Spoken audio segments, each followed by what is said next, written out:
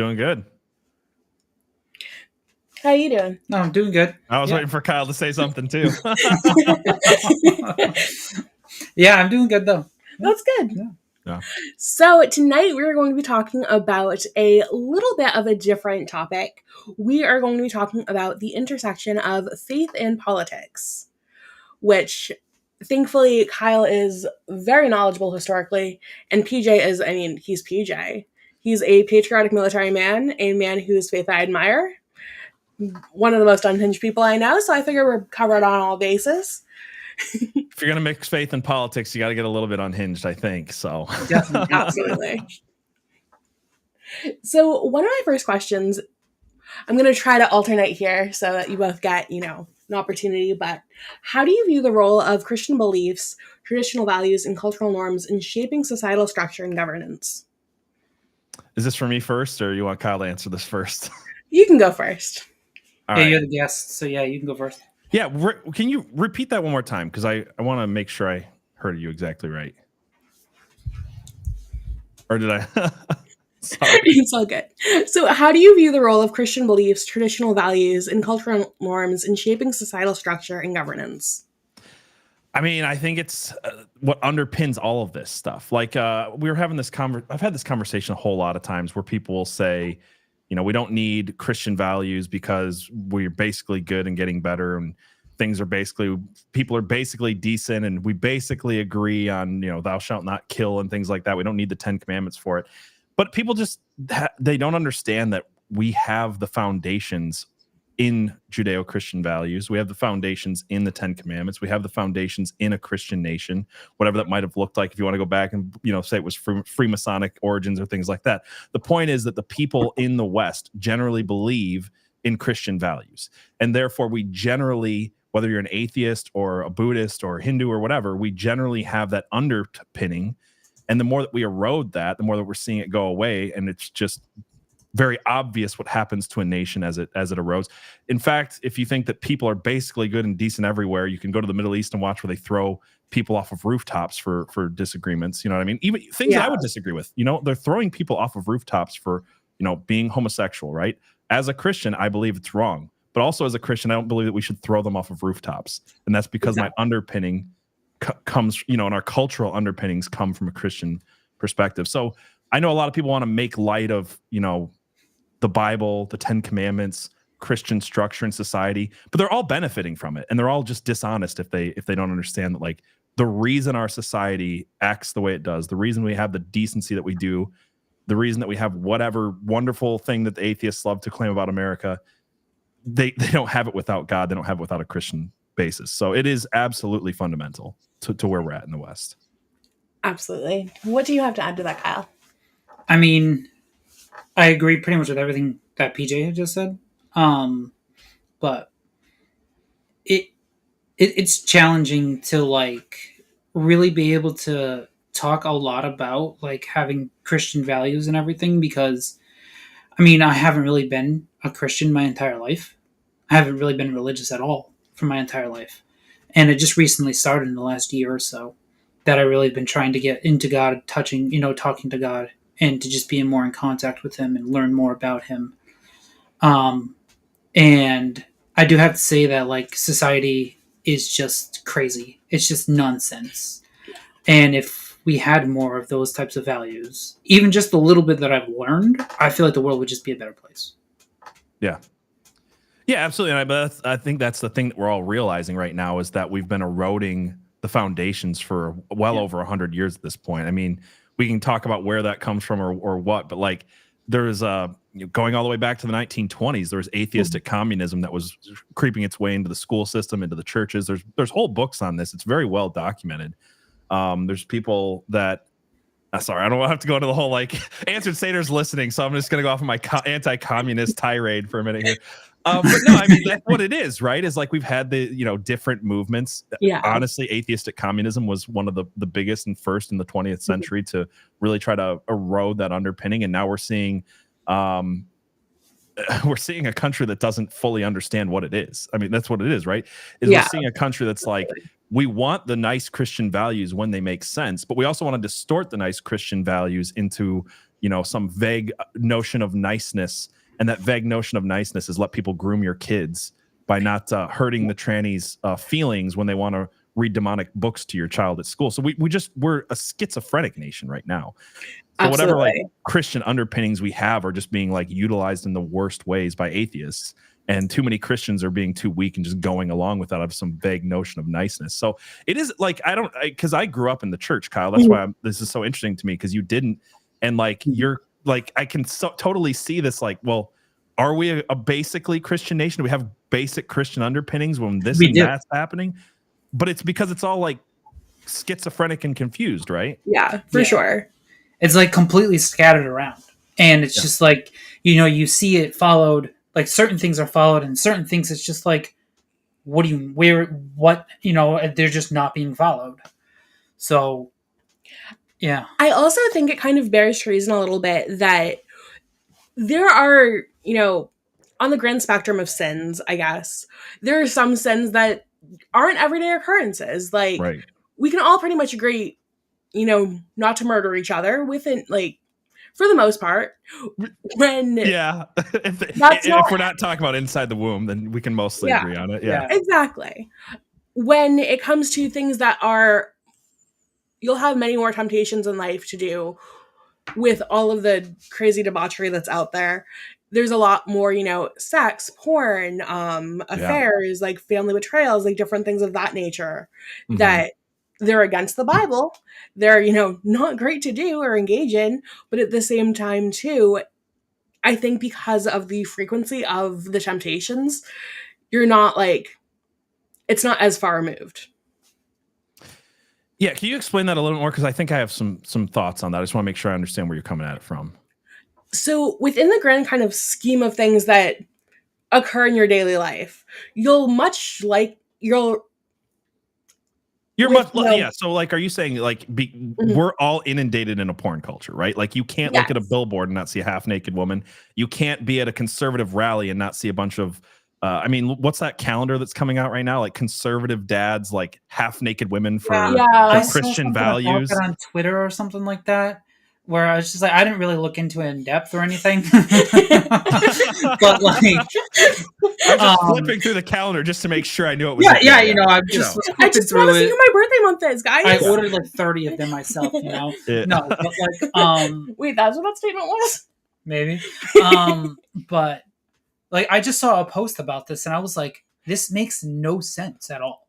Oh, this is what I've been saying for literally years about the conservative movement. And I'm sure that's what we're going to get into, but like, it's driving me absolutely insane that nobody understands what the word is, where it comes from, like what the beliefs are. They're just like, I don't like the left. Therefore, I'm conservative because that's conservative TM now is just like, I don't like Biden today. And then, I'll like some of his policies and I'll definitely like the free love movements that came out of the communists from the Frankfurt School Institute and all this stuff. Like we'll go along with all of the atheistic communist agenda that makes us feel good. But I think you're right. Like people are all. I feel bad for men, for boys, in the society today, because I know what I had to go through. I know, and again, it's going to be what everybody else had to go through. You cannot get away from having pornography shoved in your face. It used to be that if you wanted it, you had to like seek it out, and it was not easy, right? And that barrier to entry made you less likely to just be a porn addict by the age of 11, right? Which is where we're at now, right?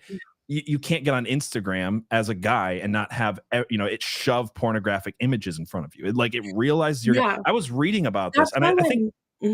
Sorry. That's why when I went to tag you for the show post, I was like, wait, I can't find him. I was like, he probably deleted his Instagram, and I don't blame him one bit because it's all right there. That's part of why I deleted my Instagram, to be completely honest with you, is because I was like, well, I don't use my personal Instagram. Every time I get on it, it's just like I'm inundated with pornography. Yeah. I'm like, I don't need this. Like, I don't need my personal Instagram. I use the conspiracy pilled one. It, for the most part, pushes like other conspiracy related content on me. But having an Instagram where you're like, I'm a male, check. Okay, here's porn. And that's all it does. And in fact, I was reading an article about how, and this is something you just can't control. Like this is how insane the porn agenda is that if your eyes linger on a woman, which sorry, but like all us guys are going to do it. You're scrolling through and just like it recognizes your eye movements. Your camera on your phone recognizes your eye movements. Like, oh, That's he found her attractive. The pupils dilated, completely, involuntary responses. And then it's like we're going to push women that look like that. It's like right there. Right. Yeah. So, but yeah, I was saying, like, I feel bad for boys in the society, men that have had to grow up with like just this being shoved down your throat, right? And so when you're saying like Christian values being eroded, Christians aren't even fighting back against this one because they're all guilty of it. Because we're all guilty of it, and we're afraid to say like, "Hey, I'm guilty of lust," and you know what? I'm not going to excuse it. Like it's easier to say I'm a Christian man who never had to kill, never had an abortion or forced my woman, girlfriend to have an abortion, so I can be mad about that. We should be mad about that. Abortion is murder. I get it. It's child sacrifice. But pornography is awful. Like it erodes your marriages. It erodes your brain rot. It's not good for you. But because we've been inundated with it so much, people are just kind of like, well, I guess I can excuse that one. And it's like the linchpin, I think, in like toppling the whole, well, does this really matter? Does this cultural underpinning matter? Should we make porn illegal because now we've got some vague libertarian notions? Like that's the other thing that's ruining conservatism. I'm sorry I'm ranting now, but it's like this vague libertarian, like all things are good. Don't tell me what to do. I won't tell you what to do thing. It's like, and then there's like the whole libertarian argument for that, where it's like, oh, well, if we make porn illegal, it'll be like back alley abortions and there's going to be so much more sex trafficking. Do you want to be responsible for all of the sex trafficking? And it's like, as all the studies show that is complete bullshit, though. The more porn you watch, the more depraved your brain becomes, the more likely you are to do worse and worse things to get that high. We know this about the elites, right? Like getting into the conspiracy stuff a little bit. We know that when you have all of the money in the world and all the access to all the women in the world, at some point you get bored because it's too easy to get women. And then you start seeking weirder and grosser and more depraved things. You have no moral underpinnings, right? Like people like Mark, they have no faith. They have no faith in God. They have no moral underpinnings to say that's bad. It's just society says it's bad vaguely.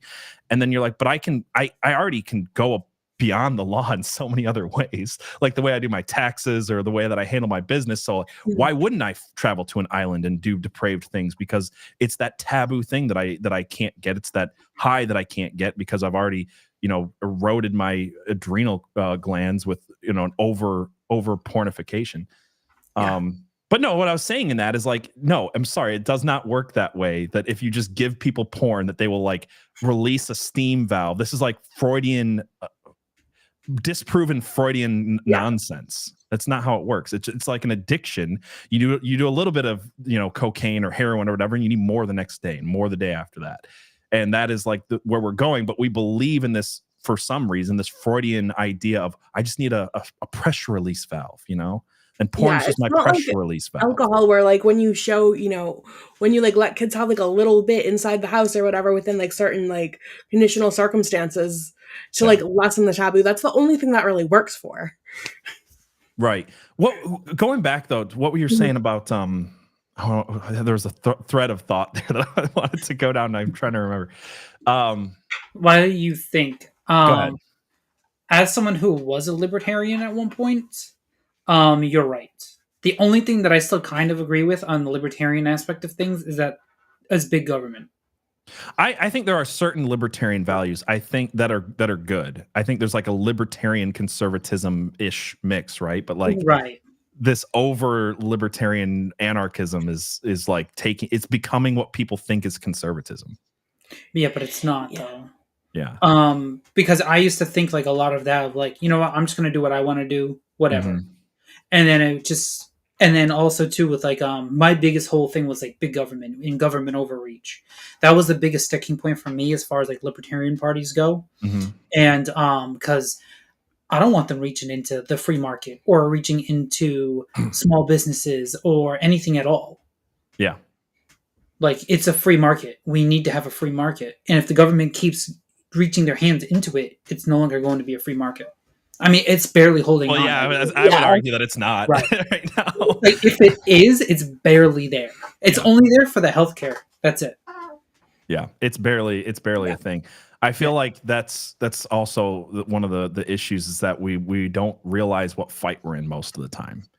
But you were saying, Frida, that basically when it comes to things like porn and stuff like that, it's like, oh, The temptation is there, like, so much more to a degree that it's like what our brain jumps to for, like, you know, an outlet for, like, if we're gonna like do some type of sin that seems like the easiest, lowest barrier to entry one, rather than like, oh, okay, I have to go and like make this whole murder plan to like murder this guy because he was annoying or whatever. well, You know yeah. what I Well, mean? I also And the think what consequences I, seem less worse as well.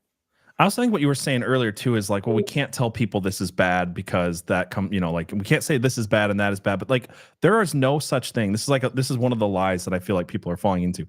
There's no such thing that was a law that is not based on morality, and we have to have an underpinning of morality. Like this is where I agree with the Christian nationalists, right? Is like we have to, as a society, as a nation, as the West, whatever you want to call it, we have to have an understanding of what our underpinnings are that are going to determine our laws, because it doesn't matter what country you're in. It doesn't matter if you're in Saudi Arabia and you believe that what is that Sharia law, Sharia law, is your thing, right? Like in the Middle East, they are like way more open about Sharia law and mixing of faith and society, right? I'm not saying we should do that, but at least we have to understand what our underpinnings are, because their underpinnings for Sharia law are going to determine how they treat women. It's going to determine how they treat everyone and how their laws are. And it's the same here. We pretend it's not. We pretend that separation of church and state means that we don't have a moral underpinning and an understanding of what's good and what's bad. But there is no such thing as law without a moral basis. Like you would say like we generally agree on this, that, and the other, but then again, you can go to the Middle East and they don't generally agree on those things, and it's the question then is why, and that's a thing that a lot of people don't understand. So to say like we can't generally say that pornography is bad, and I'm like, well, it's trafficking of women. Like we can generally agree on that until it comes to pornography. Because I mean, is there a better? I keep having this argument with libertarians where they're like sex work is work. I'm like, well, wet work is work too. Like, it doesn't change the morality of it. Like just because you know what I'm saying? Like just because you self prostitute doesn't make it. Doesn't make you empowered. You're not a small business owner because you're renting out your lady business. The mafia, if they were a business, that's work, right? That's what I'm saying. Like work, like classifying something as work has nothing to say about the morality of it. Right. And it's bad for everyone. Yeah. Well, that's the thing we have to understand. Like that's exactly what I was trying to get to. Is like we have to agree what is actually bad for our society. Are we making our society better or worse? Is the over pornification making worse men? Yes, it is. Yeah. All studies show this. Everybody knows this intrinsically, but like we want to get into like the hard data and science stuff like that. Yes, we know this is making men worse. Yes, we know this is making women worse. Yes, we know this is destroying lives. We can see how it's destroyed marriages. There's no, but we don't understand that the family unit is the unit of our culture, right? Because we've gotten into this like radical individualism, which is this libertarian problem where it's like everybody's radically individual and it's all about the individual rights, instead of like we're a constitutional republic. There are actually units of people that have to come together and agree and be led by something. That's why we have congressmen and senators and representatives and stuff like that. I would argue that if we take it down to its basic units, it's not the individual. I think that if we want to have a good society, at least we should have a society that's based on the family unit, but we can't say that anymore, I mean, it's just like families. I mean, we can all agree that families are what make good people. Yeah. When you have a full family together, two parents, the children, grandparents supporting from both sides, like you get the whole family together, that's a good family and it produces good people at the end of the day. Like when they turn 18, 20, 25, whatever, and they're finally going out of college or wherever they went to, out of schools, and now they're going out into the world to try and be their own people. Like they are all better people at the end of the day because they have values from mom and from dad. They got both point of views. They're well-rounded people. They have experiences from the grandparents as well. But in order to say that, you have to make a moral judgment, and that's what everybody's afraid to do. Meanwhile, the left, who is making us eat our lunch at this point in politics, has no problem making moral judgments. They just have a moral judgment system that is completely opposed to ours, or if they pretend that it's Christian, it's a twisting of Christianity, where it's like, well, Christianity's be vaguely nice, so be vaguely nice to, like the woman who's killing her child. Like let's make that the point of being nice, not to the child itself. Let's not care about life. Vaguely nice to the person who's pimping out women because sex work is work. Like we've just shifted niceness into like allowing destructive behaviors and destructive sins and then making them into laws. Exactly. And protecting them constitutionally and the others. Yeah. In chat, Melee Brawler says, I would say that a lot of that started with the atomization of the household. And then Miss Melody said that they're playing a long game. They've been working hard to destroy the family unit for a long time. Yeah. Yes. Yeah. And this is documented, right? You can go back and read the communist newspapers of the 1920s and see that they had this idea that they used the turtle as their slogan because their whole point was like, we're going to get there eventually. We're just going to erode it over time. Like they've not been fighting for their generation. Like we're constantly like reactionary and fighting for like right now. And they're like, no, like I don't, I'll be dead before the things I see implemented are implemented. That shows faith, by the way. That shows people who actually believe in something. And Christians are not acting that way, which is odd. You know what I mean? It's like if in the most like atheistic sense of the word, like once you die, like who cares, right? But yet they seem to care because they are serving and worshiping something. Yeah, for sure. Yeah. Now, when it comes to all of these things that we are actually trying to conserve,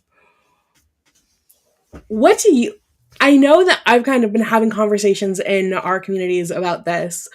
What do you think is so important to conserve in like today's society, in culture, and what parts of, government and stuff do you think are really important to conserve? Do you want to go first, Kyle? Yeah, I'll answer this. Hold on, let me see. Which question are we on? 2. He's cheating off my notes, guys. It's okay. I'm low-key cheating off my notes, too. I would say like some of the conservative values is definitely family, like being able to build families, develop families. And, like I personally want to buy a huge chunk of land and just start a commune. Right. Right. As our friend Sarah says, she wants to go and do Stardew Valley, but in real life. Which she's absolutely doing. That. And I'm like low-key jelly of her, but it's also such an amazing blessing that she has those underpinnings and family resources and everything to do that. I'm going to agree with Kyle here. What I was going to say is the family unit has to be the thing that we are obsessed with conserving.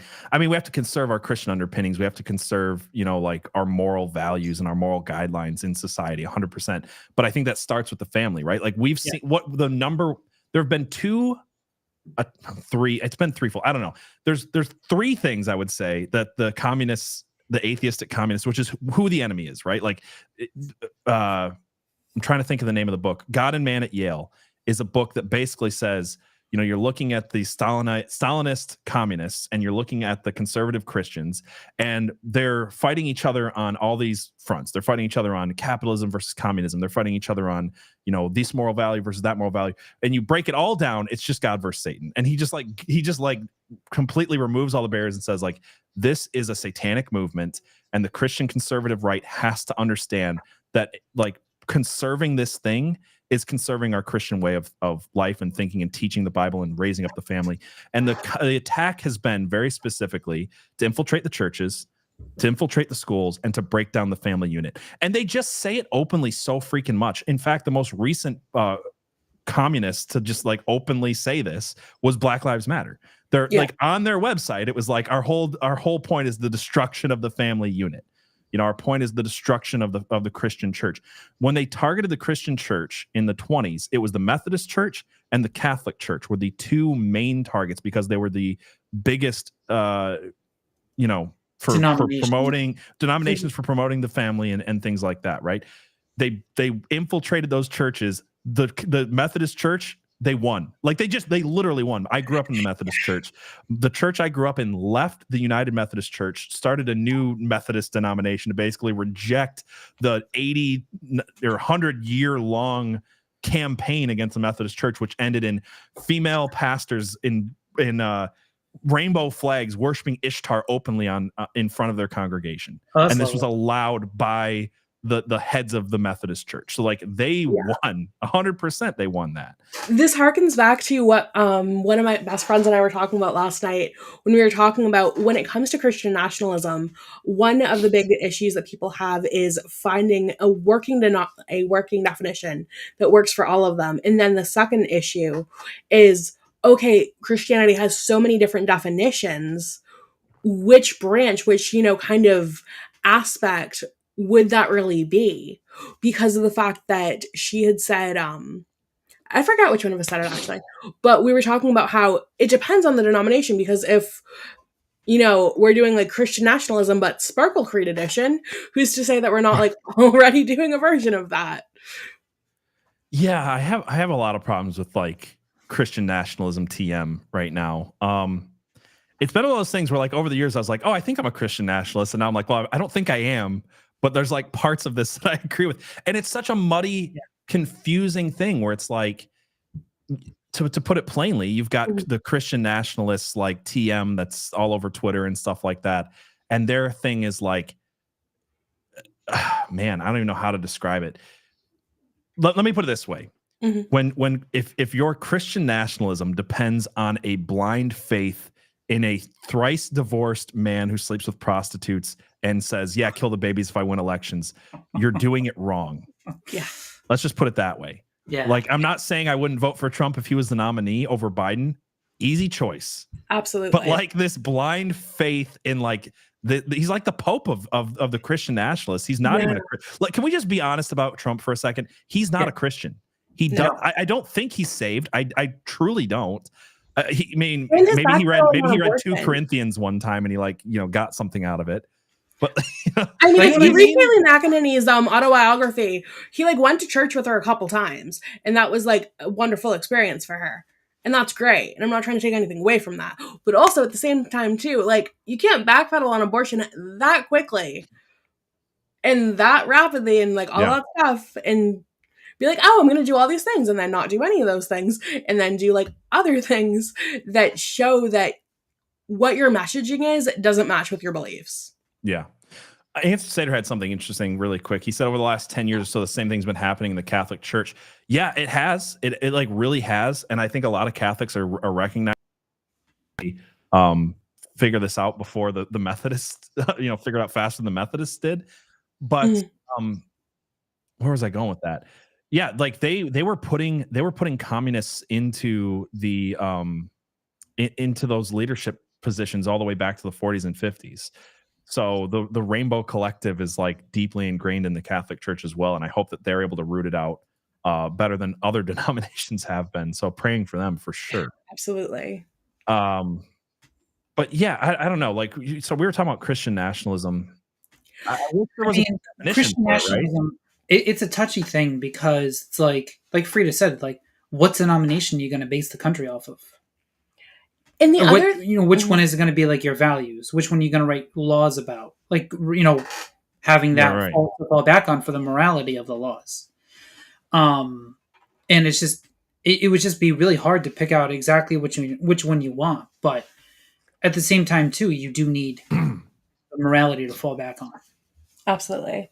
And other thing go ahead. That I've really been struggling with too is trying to understand a working definition of it for myself, that when somebody's like, okay, well, what do you mean by Christian nationalism? I can be like, here's a definition, because there's so many different ones. And I know that the ones that men that I highly respect use when they're like, oh yes, Christian nationalism, pro that, aren't the same ones that other people use. I'll say this. I feel like Christian nationalism is not the answer in the way that it's being presented. What I thought Christian nationalism meant a few years ago, I'm quickly realizing is not what it meant to many people. Again, blind faith in Trump has become the state. And then I don't know. You've got people out there that are using it as like anti-Jewish and anti this and anti that, and they want to like really implement it in the worst possible ways. The my conspiracy theory too on this is like we've seen what the left has done with atheistic communism, and then we've seen how they've infiltrated even the right to be like, well, actually, you should believe in this thing. And so years ago, they're saying there's a rise in white nationalism, there's a rise in anti-Semitism, there's a rise in all these things, and that QAnon is this, and that Trump is this, and the Trump crowd is going to be like this. And a lot of us are going like, we voted for Trump for these reasons. This is what we believe in. This is what conservatism means. And no. And then we saw people go, oh, actually, yes, I actually want to take all the things the left called me and just become that. And we're seeing that rise up. So like they've been psyoped into like becoming the exact straw man figure to be knocked down that the left wanted them to be. So like this is my worry about Christian nationalism, is that they're just part of the same like Hegelian dialectic, this problem reaction solution thing, and they're just like falling into it. I've had this argument with people so many times where it's like the left called me racist, therefore I will become racist. And it's like, no, the left called you racist, but if you continue to believe and show that the things that you are that is not racist, people will go, oh, well, I guess when left says racism, they don't actually mean anything. And then you win the hearts and minds of people that are like, oh, this is what they told me about you, it's not true. And instead they're saying, this is what they told you about me, I'm going to make sure it's true. It's so incredibly retarded. This is why, so really like, if you want my working definition, if you want the thing that I think that we should actually be aspiring to, I think it's conservatism, but I don't think it's conservatism TM of the 2016 Big Tent Trump conservatism. I think that if people would go back and read God and Man at Yale by William F. Buckley Jr. and understand that the argument that he lays out in this book and the solutions he lays out in this book and the guidelines he lays out in this book, which was what it is literally what conservatism meant from the 1950s until 2016. Not republicanism, not libertarianism, not Trumpism, but actual conservatism. That is actually what we need. But it's like one of those nebulous things where it's like, it's a country where you have to have freedom of religion for it to work. But it's also a country that unless it's run by a good and moral people, the things won't work. Like, this is why it's so frustrating to people, because they're like, well, I just want to have the iron fist of this thing, and I want to make the laws to be what my church says, and I want my church to enforce these laws. And our founders seem to understand, look, you can't do that. Actually, it won't work. This is why we left England. We actually need to be able to allow people in, but we have to have an underpinning of this. This country will not work for people who are not moral, good Christian people. And if they're generally moral, good Christian people, and if, as why can't I think of his name? Teddy Roosevelt said, like when people come into America, they have to become Americans. We've abandoned this. Absolutely. So what I'm saying? Like, if you have that, I know it's this like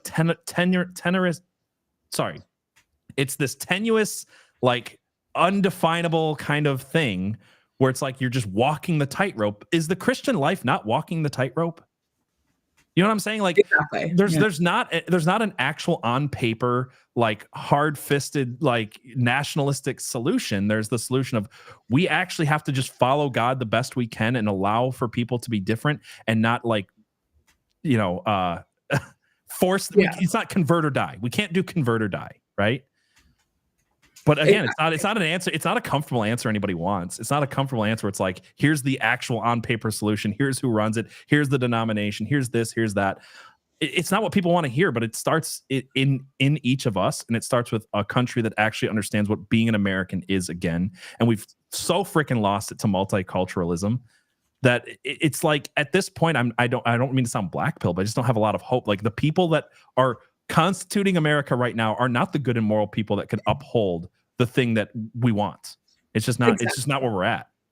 And as John Adams once said, this Constitution was created for moral and religious people, and it's unfit for any other kind of people. Thank you, John Adams. I was trying to remember that quote. So that's what I was talking about. Neely Brawler. Thank you. Somebody got what I was talking about. Glad you're here. Glad all of you are here. Does that make sense though? Like, do you agree with what I'm saying? Because I feel like that's the hard answer that people don't want, is like, until we actually as Christians like evangelize well enough to like get people on board with us again, we're not going to have the thing we want. It's not going to come from the top down. It's not going to come from government. Yeah. I mean, even if you look back in like our government, for instance, here, speaking of like John Adams, what he said, um, other like presidents and other leaders that we've had in our past have said speeches that were almost like sermons, Yeah. and it really got people moving, and it really started really connecting people. I don't have any examples off the top of my head, but I've heard them, you know what I mean, throughout like different clips Mhm. online or in classes in school or what have you. It happens to be. Um, but it's just we need to get back to those roots pretty much. Like, how many times have you in your lifetime seen a live presidential speech or something like that, and they say, "God bless these United States of America"? Like, Yeah, and a lot of them that said it were, Muslims or, or right, atheists or right. whatever, right? I mean, since I've been alive, the only presidents I can actually remember is Bush Jr. and Obama, Trump, and now, Biden. Yay. Yeah, Right. I mean, I was born in the 90s, but I have no recollection of Bill Clinton at all. The only thing I can see of Bill Clinton is what he is now. Probably the same person he was when he was president, which you did a whole deep dive in that. Yeah. And then any clips that you can find of him online, which the internet's getting washed out. It's getting deleted. Yeah, going back to the Christian nationalism thing for a second, like people want a government solution, and there are some, and this is what like two things I think people get wrong is like the purpose of our laws actually are to discourage bad behavior and encourage good behavior. We as a society don't understand what's good and bad anymore, and this is the thing that can't come from government. This has to come from us, and then we can say, look, we understand that actually prostitution is bad. And we should discourage prostitution. We should shut down OnlyFans. We as a country can see, and you could take, I mean, if you want to be scientific about it, but like that's a false god. That pornography ruins men. Like we can see it. It's almost like the Bible. It's almost like God like knew these things and then science caught up to it. And then we just decided to ignore both because pornography feels good to us in the moment, right? It's almost like God sees everything and knows everything. So right. But we I heard someone told me that some time ago that God sees everything. I don't know, He sees you when you're sleeping. He knows when you're awake. God is Santa Claus, confirmed. Kidding. Just kidding, yes. Kidding. Yeah, but like we actually can and should discourage bad behavior and encourage good behavior in the laws. It's just that we cannot agree because we don't know what it is to be an American. We don't know what our American values are. We don't know that they're Christian, and we're actually having the debate right now whether we want to continue as a nation with an underpinning of Christian values or this vague atheistic feel-good nonsense that the further you go down that road, the more you'll realize that it was like what Immanuel Kant or whatever was like the only one who got it, which was like actually like why should I care about the poor? Why should I care about the sick? Why should I not just do what feels good? Like if I don't believe in God, like there's no reason. And like atheists hold on to the Christian values to like tether their atheism to something, and they're like they can't admit this. I mean, I went through a weird little semi-commie, semi-atheist, they were intertwined phase in my life. And I just remember being like, oh, well, I must keep in mind I was like 20 and I'm not proud of this. But I was like, well, I must be even, better than the people that need the Bible to tell them all this stuff. Like, I just don't murder people. That's where they're at, right? That's what people think because they don't understand why in the West do you believe the things that you believe? And people have divorced it from the Bible, and it's like, this is not how things work. No. It's just not true. Not even a little bit. No, look at China right now. Yeah. Look at Saudi Arabia. There's plenty of examples of people who don't have the Bible as their basis in any way, even in a small way that the remnant that we have left in America, and they don't have the same moral values as we do. Look at Canada right now, right? Yeah. Canada's like, oh, you stubbed your toe. What if you thought about killing yourself about it? Don't cry over spilled milk, murder yourself.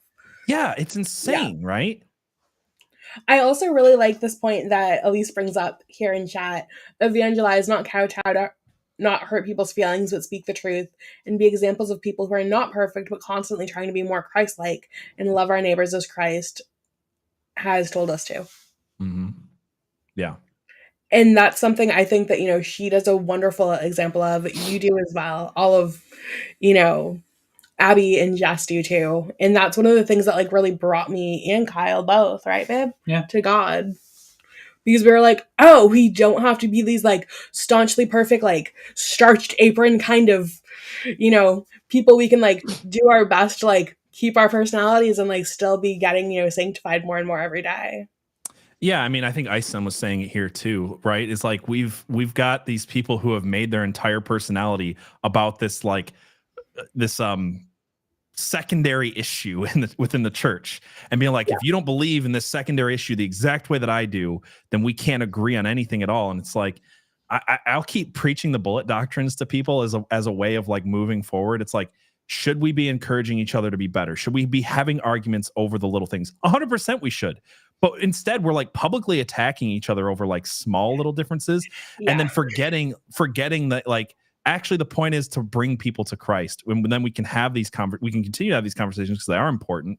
But instead, it's like, oh well, you do communion this way, and I do communion this way, and you do baptism this way, and I do baptism this way, and therefore let's have this big public brawl and hate each other, and then like, who are we even evangelizing to? I was nearly kicked out of a church when I was younger for evangelizing to Satanists because they didn't like the fact that I was going to Satan to where the Satanists hang out to evangelize. They're like, well, that's pretty wrong and evil and bad. And I'm like, they're not walking into your church, dude. And I'm not here saying your church isn't a wonderful thing. I've gained so much from it. I love to come here on Sundays because it reconnects me with God and with the community and with the church as a body. And I think that church is wonderful. I'm not anti-church, but like I have to go on Saturday nights to these places and talk to these people because that's what I feel called to do and led to do. And if you're going to treat me like this, how am I going to get them to come here on Sunday, which is what you seem to want, but you don't. A lot. And of I think don't. the big issue is they don't have a heart for they don't have a heart for people, unfortunately. But sorry, go ahead, Kyle. Yeah. But I think a big problem that people have with faith in general in trying to find God is church, first and foremost. Yeah. There's a bunch of churches out there, as we've seen, not just through not just through the internet or news or what have you, but like people's real experiences going to churches and just not feeling welcome from the moment they step in the door. You go to a Sunday mass or a sermon and you sit there and you listen, you try and communicate and talk with the people afterwards and try and get their thoughts, opinions about everything, and you just don't feel welcomed. Like I've heard that so much, especially around our area, that it's just like, oh, don't go to that church, it's super cliquey. Or this church here, oh, they're like super woke, don't go there. And it's just like, then where do we go? You just nailed it though in a way that I think a lot of churches don't understand. So what we've seen is this issue, everybody's recognized it, right? And then the solution is bad. So like people recognize, oh, people don't feel welcome in the church. So what they're saying is, well, that's probably because we're calling out sin. It's like, no, that's why they came there in the first place, because they know that they're sinful and they're wrong and they need to be changed. Yeah. So instead, the church, by and large, this is not every church. I go to a church that I love right now. But by and large, they've been like, well, what if we're just like a little bit softer on the edges around like not condemning this and not calling people to be better in this way. And then we'll water down the gospel and we won't like really teach. We'll just give this vague notion of niceness and goodness and like tithe, right? Because we need our money. And people hate this, right? And instead, but what is it that people don't like about the church? It's like I think you just nailed on the head. It's like the clickiness of it, right? It's like there's not a welcoming atmosphere, and welcoming doesn't mean, well, you are sinning in this particular way, so I got to make sure I don't talk about that sin. I don't think that's it at all. I think that it is just like this. Why would people want to go to a church that's just like watered down general niceness values? Like you can get it anywhere. Like you can watch you could watch like secular TV and get a vague like be nice to your neighbors message at the end of it. You know what I mean? Get a TED Talk to pep you up. No, it's just TED Talks. I mean, to learn how to be nice to your neighbors, all you gotta do is watch Mr. Rogers and you're good to go. Thank you, right? Like you watch Paw Patrol. Your kids can watch Paw Patrol and get the same message you're getting in Sunday school, and it pisses me off. It shouldn't be this way. But I think like like Abby has stated multiple times that like she wants to go to a church where like she gets challenged. Yeah. Yes. Yeah. And where it's like we go into the nitty-gritty of scripture. Yes. And talk about the details and the finite things of it and why it's actually there and what it actually means. Or whatever it is, not like you said, this watered down like The Crystal Light Bible. Jesus will just love you. Yeah. It's just like, what? Okay. I was 20 years old. I was in college when I realized that I had gone 20 years in the church with the shortest book in the Bible being cut into 3/4 of. What I'm trying to say is Jonah is the shortest book in the Bible, and everybody knows the first 3 chapters of Jonah. I was 20 years old in college studying the Bible going, I didn't know the 4th chapter. Why? It's a short read. You can read all of Jonah in 20 minutes. Like, why was I never taught anything at all about the 4th chapter of Jonah? And that's because it's like, kind of, you have to get into the nitty-gritty. You have to get into the actual deep philosophical stuff. You shouldn't be able to go to church for 30 years and not understand basic concepts. But instead, we've talked down to people so much that like the church that I'm going to now, I truly believe is more along the lines of what you're talking about. Mm-hmm. And one of the things they do that I love is that, you know how you get that like little pamphlet when you go into church? It's like, here's the notes and here's what we're doing this week on Wednesday. And here's when the singles thing is and stuff like that. So they have all that in there, all the announcements. And then they've got notes on the sermon and they've got a little spot to write your own notes. Mm-hmm. And at that spot, they have 2 or 3 words every week that are Hebrew or Greek words translated. That's and the pastor will talk about them in the sermon. So like, for example, it was like a month ago where he's like, all right, you've read this part in Joshua that says that God said this was bad. Like that's the translation into modern English. The word is haram, and haram means destined for destruction. And he explains the connotations of this word. And I'm like, yes, this is what people Christians are not idiots. Stop treating us like we're children. Yeah. Like feed us like we're adults. We need more than milk. We need meat. We need substance. And you shouldn't be able to go to a church for 30 years and get no meat and get no substance and just be on mother's breast milk into your 40s and 50s and 60s. It's insane. But there's this notion like, oh, we can't go deep. We can't equip the church. People are unequipped.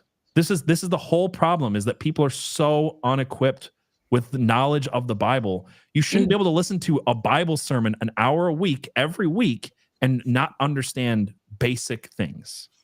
Yeah. And it's so hard because right now we're in a time of great spiritual warfare. And if you're not wearing the spiritual armor, if you're not getting that from church, then like, what are you going to do? I also get that like, some pastors will be like, well, like our Sunday messages aren't like the deep dives. You need like to come to a Bible study and things like that. Sure. I guess, but like, come on, you can go deeper on Sundays. And if you're just giving like once a month, a tithing message, like you just kind of come off as like you don't care about equipping your people. You know what I mean? You're just like begging for money. It gives griftery vibes. It does, right? So yeah, no, I agree that people should be going deeper. Like you can't get everything on Sunday. I'm not saying that, but you should get way more on Sunday. I've been in every type of church. I've moved all across this nation. I've lived in like 10 different states in my 32 years. I've been in all kinds of denominations. I've seen what works and what doesn't. I'm telling you, like there's pastors out there go to college, the same college that I went to. They went way longer than I did. And I'm like, you have so much more knowledge than your people do. And you're not excited to share it. That's insane to me. Like as a podcaster, I can't imagine spending that much time researching something and not be so excited to like break it down and share the individual like intricacies. Like I'll research the Clinton body count for like 20 hours in a week and be like, guys, you got to hear this. It's probably gonna be 3 hours long, but trust me, like sit through it. But instead it's like, oh, I got to hit my 45 minutes, make sure I get my message in there about tithing, make sure I do the call to prayer at this time. And we have to have it's so corporate. It just drives me nuts. Nothing about the Church of Acts is corporate. I hate the whole corporate nature that church has become. Yeah. And that's one of the reasons too why I'm so glad that Rob is going through church, because that's going to be, I can't wait when he gets out, all of the amazing work that he'll continue doing. And if you guys don't know Rob, you might remember him from this. Do you want a delicious brew that shares your values too? Look no further than North Arrow Coffee. North Arrow Coffee is a pro-life veteran-owned business. that I am proud to have as a sponsor.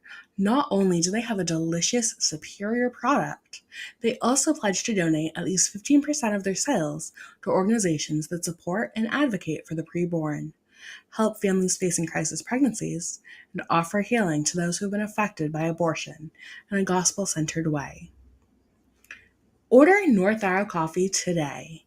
You can do so by going to northarrowcoffee.co, and when you use code FREDA, F-R-E-D-A, you'll save 10% off your first order. I love it. Nice advertisement placement. Thank you. Perfect. Yeah. Well, Rob is going to be ordained, and I'm excited. He is a guy who's actually on fire for the Lord. He's actually very interested in teaching the Bible. I can't understand it because I love this stuff. I love talking about this stuff.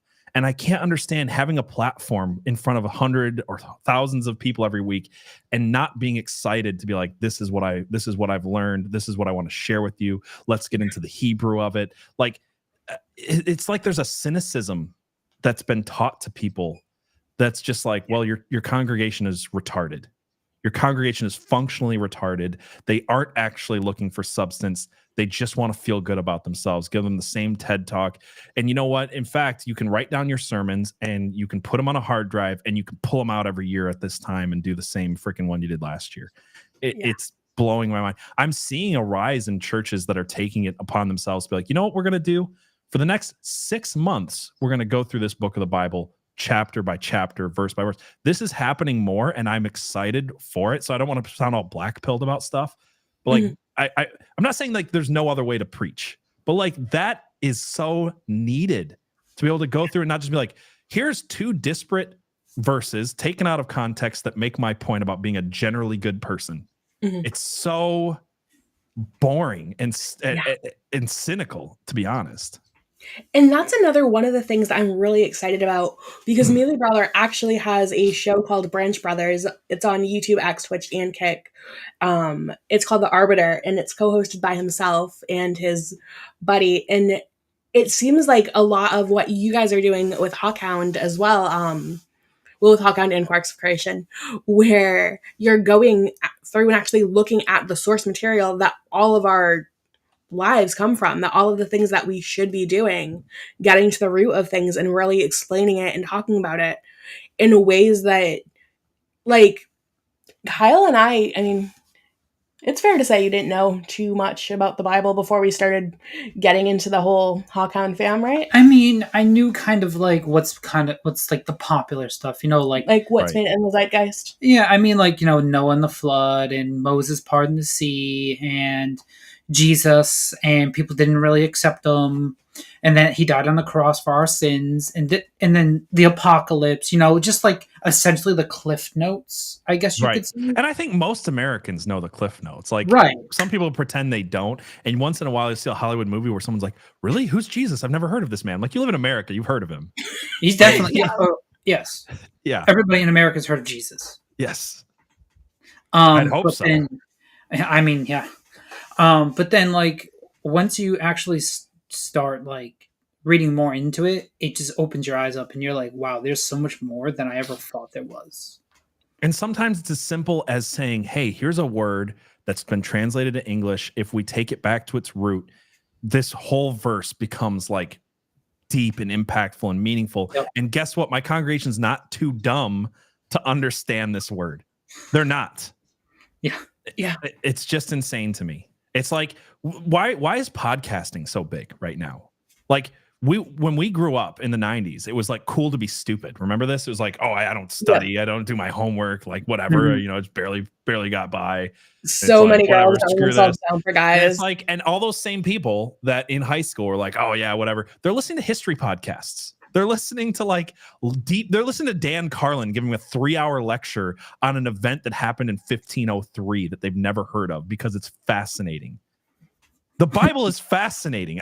People that have made the Bible boring piss me off. It is the least boring book there is. It's like we this hasn't come out yet, but we were on a podcast called Paranoid American a few days ago.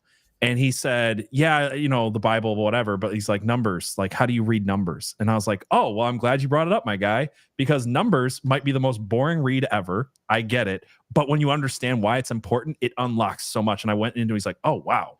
And I was like, yes. Like the genealogies, when you understand why they're important, it's fascinating stuff. And it's like, I'm not saying you have to sit down and he begat, but at least like understand what it means. Like understand that someone else has done the work for you and explained it and like gone through the genealogies and like laid out what the importance is.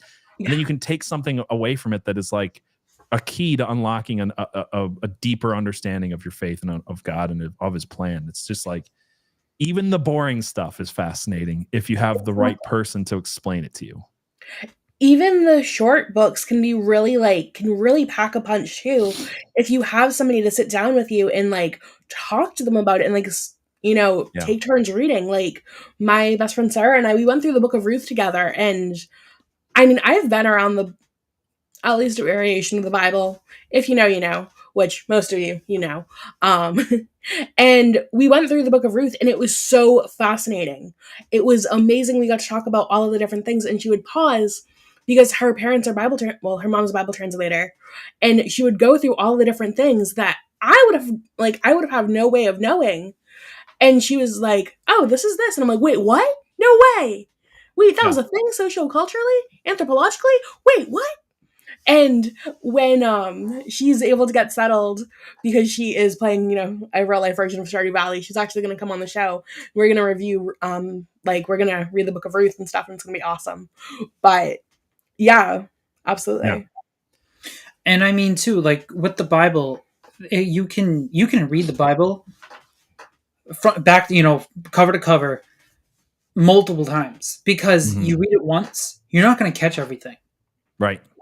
There's going to be things that you're going to be like, oh, okay.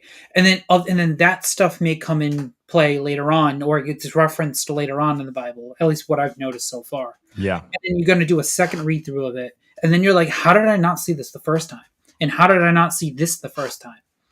But this is why people have been raised up to be pastors, right? Is their whole job. I get, this is going to be maybe controversial. Like this is one of the things. Controversial never happens. I never get controversial, guys. not my brand at all. No, definitely not you. Next thing you're going to say you're ginger. Shut up. I'm sorry. No, it's strawberry blonde. Okay, I've got 5 fingers. Here we go. Shoot, you just totally derailed me, Frida. Sorry. No, it's all good. Here's the thing, right? Is like there's this old like Catholic idea of like people should not be able to handle the Bible and read it because they'll misinterpret it and read into what they want to. And then there's this like, this is like the conservative libertarian divide in the church, right? It's like there's that version of like no one should be able to read it except the ordained minister, and he's going to explain it to you like you're a child and you're only going to get what he tells you. And then there's the other version, which is like just read it for yourself, read into what you want. You can read a verse a million times, get a different interpretation every time, and that's good for some reason. And I'm like right in the middle of this, where I'm just like, actually, people should be able to read their Bibles, but they do need someone to explain it to them. They do need people who have been ordained. They do need people who have like are versed in this stuff to actually like explain it to them and help them get something out of it. Because unfortunately, there's like 40,000 denominations in the country right now, and a big part of that is the fact that people have gone, I'm going to read into this what I want to read into this, and I'm going to make a big deal about this thing, and you're going to make a big deal about that thing. So yeah, there's a problem there. I don't think either side has it fully right. I definitely don't think you shouldn't be able to read the Bible for yourself, but I do think that you do need to submit to some authority and be like, yeah, no, like I can't fully understand this part. This is why people have been trained in Hebrew. This is why people have been trained in Greek. This is why, there's teachers out there who are going to help you not get lost in some of the things. I think too that in the Bible, it's been a book forever. There's things that are inside of the Bible, I think, that aren't even for us today in 2023. It could be for the civilized, it could be for the people in 50 years from now or 100 years from now or whatever. But I feel like that there are certain parts of the Bible that just aren't for us right now. It's for someone later on down the road, for another group of people down the road. That could be. Kind of a lot of what the Old Testament was there was a lot of references in there to Jesus. And it's like, well, this isn't really for you guys. This is for later. This is for something you got your people should be looking out for later on, not for right now. And I still think that there's parts of that are in there. Yeah, I feel like we also have to understand when reading the Bible is some people want to take everything and make it about them because we're a very self-centered culture, and sometimes you have to understand that there's certain promises made to certain people, and that's not actually speaking exactly specifically to you, but there is something you can gain from it by understanding who God's speaking to. Like the Bible is written for all times, yes, but it's also written for a people and a place and a time, and understanding those things is important. Like this was my issue with like some of these like lazy modernistic translations where they're like, well, people don't drink milk and honey anymore, we'll just call it bubble gum. And I'm like, well, hold on, you're like actually missing some important stuff when you like change the parables. So what you have to actually do to understand the Bible is understand what the parable meant to the people in its time and then interpret it. So like we don't put wine in wineskins, we put wine in bottles, right? So but if you say you can't put a new wine in an old bottle, it's like, well, yes, you can. Like, what are you talking about? But the wineskin thing is important, and you have to understand it. And like these things are not hard to understand. Like a threshing floor is not hard to explain to someone. A wineskin is not hard to explain to someone. But it just takes someone going, hey, I actually understand the cultural, historical reference here. Let me explain it to you in 20 seconds because you're not a child. You can understand it, and I can actually teach, and that's my job, is to teach and make you understand it. Yes. And if we did that and explained parables and explained historical events, like when I went to college, my first semester was Life of Jesus or something like that. And for the first 2 months, it was just like, here's maps, here's roads, here's Jewish custom of, that time. It's like we're not reading the Bible in the first few months, we're just understanding the culture that Jesus was born into. And it just unlocks so much of the Gospels. And in all honesty, understanding the Old Testament is what the other part that unlocks the Gospels. And a lot of people are afraid to like get into the Old Testament stuff. It's like, well, you can't understand Jesus. Yeah. You can't understand, if you don't understand Isaiah, if you don't understand Ezekiel, if you don't understand even Leviticus, it just doesn't make sense. So because we've been going through the book of John right now in our family Bible study, and a lot of it we see, him referencing, like Jesus referencing the prophets, and we're like, okay, we'll understand when we circle back around. Yeah, the Bible's self-referential like a million times. It's like a Marvel movie. Like you can't just jump into like, Iron Man 3 and be like, what the heck's going on? You got to like watch the whole thing, right? So that was probably a bad example, but you get it. Like, each one is self-referential, and you have to understand the previous things to understand the importance and the significance of the later things. So yeah, I don't know. Like that's an old thing. I'm not sure. Well, I shouldn't say that. There are revitalizations of old concepts of like, we should just get rid of the Old Testament. That was a thing back in like the early church. They had this argument like, should we keep that as part of our doctrine? Yes, you should. And the modern church should too. You can't understand Jesus without it. Yeah. I'm ranting though. I feel like we've gotten so off subject, but I just get passionate about this stuff. So honestly, I think this is very much needed. Yeah. I listen, there's a reason why I spend so much time every week sitting at this chair with a microphone, because I have a lot of stuff to say and I rant and I apologize. So no, don't worry about it. Honestly, I'm just excited that I got another episode of PJ this week. We love tangents. We love good tangents. Yes. We should say. I don't know how many of mine are good, but I have a lot of tangents. So far, most of them have been. Okay. We'll have to ask Abby about that one. Are PJ's tangents always helpful? Disagree on some of those, but your tangents, yes, you're Among Us gameplay side eye. So, in your opinion, how can faith leaders and believers contribute positively to the political discourse without alienating those who might not share the same religious beliefs? Hold on. Does that need to be repeated because we're all kind of giggling? That's fine. Yep. In your opinion, how can faith leaders and believers contribute positively to the political discourse without alienating those who might not share the same beliefs? Stop apologizing. Yeah. I mean, that's the first part of it, isn't it? Right? You're just being truthful, like speaking exactly what it's supposed to be. Yeah. I feel like people don't respect, like people are going to disagree with you, but the people who disagree with you might actually respect you if you just actually stood for and believed in the things that you believed in. and you stopped apologizing for believing them. Oh, well, I know that I believe this. Maybe you don't. And that's okay. I get, no, it's not okay. What I believe in is correct and true. And I'm going to say it as if it's correct and true because it is. And I'm going to believe it as if it is. And it doesn't mean we have to be like a-holes about it, but like, you also don't have to be cowed into like apologizing for being correct. It's so frustrating to me. Is like, oh, well, maybe people don't believe the way that I do. It's like, no, you have the truth, speak the truth, speak it in love, and stop apologizing for it. I feel like we made this decision with Conspiracy Pro early on. It's like, I know when the show started, we're like, man, we're speaking into a community that's full of new age Gnostics. And it's like, well, in early episodes, we're probably like, this is what I think, and here's why, and maybe you don't, and there's other explanations. No, it's just like at some point we're like, I'm speaking about things that I know are true. Mm-hmm. I know them for so many reasons. I'm going to say them as if they're true, and I'm going to call people out when they're wrong. It doesn't mean I'm going to be a dick about it, but sorry, I don't mean to like use that language. But like, we probably already got removed from YouTube anyway. So. It's okay. It's marked as not for children. Yeah, I'm not for children, guys. Oh. Says the man with 2 kids. Am I wrong? Yeah, no. Well, ask my wife. She's like, you can't say that in front of the kids. But I don't know. You have something else to say, Kyle? That's the first thing that popped in my mind. Is like, yeah. If we're gonna speak truth to the culture, if we're gonna call out what's good and bad, and say like, actually, this is what we should aspire to, then we have to believe it ourselves first. If we're gonna expect anybody else to believe it and accept it, I think we as Christians need to stop people pleasing. Yeah. It's not a sin to not people please. People pleasing is also not a fruit of this. Not a fruit. Sorry, Jehovah's Witnesses used to call it fruit of the spirit, and I'm like actively working. Did you say fruitage? Fruitage. Yes. What the heck's that about? It's like all the fruit you gather in at harvest. I don't know. I've never heard it called that.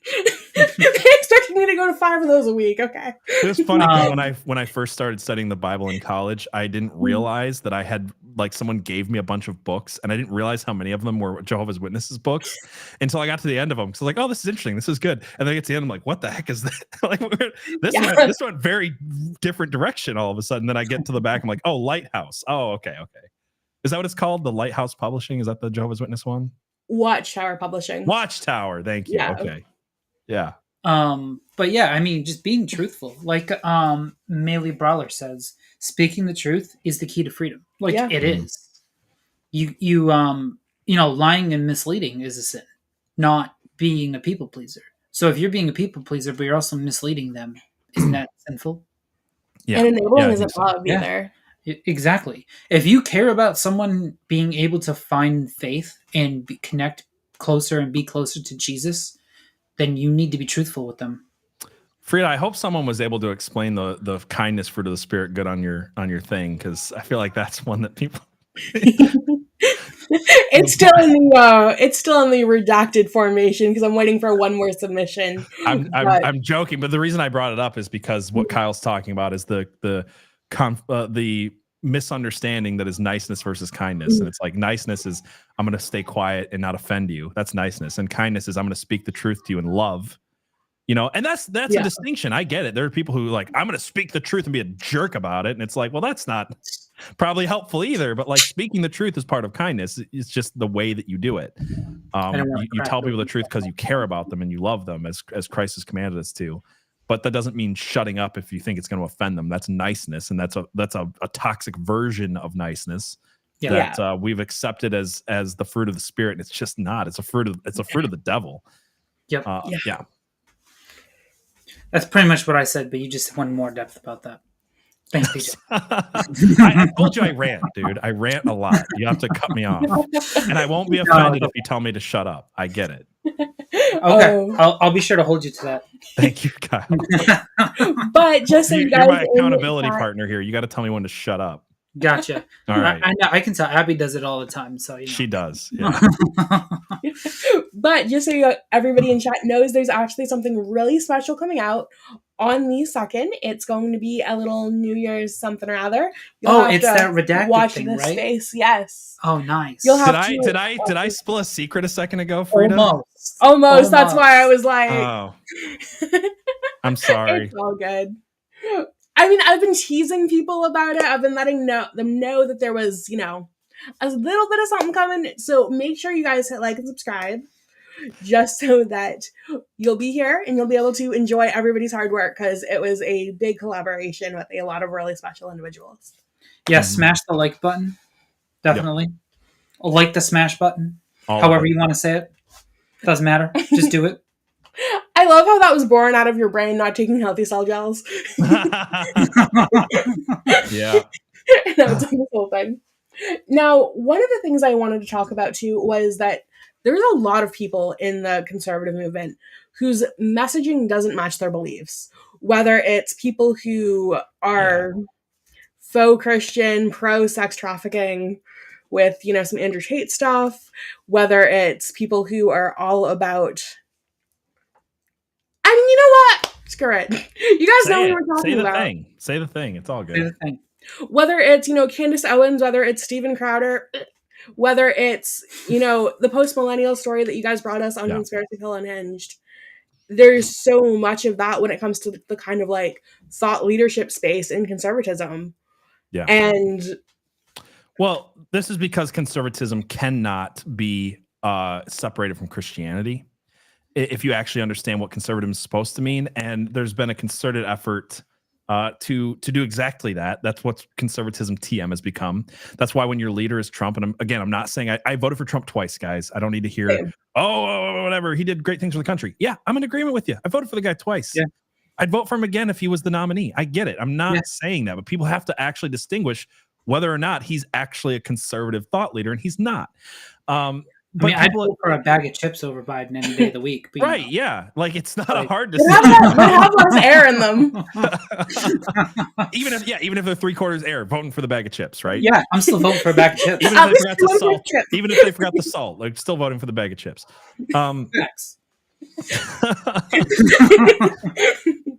But there's been this effort to divorce conservatism from Christianity as if they're two different things. They're just not. Kangman Lee actually put it the best. He said that conservatism is Christian values or Christian morals in politics, right?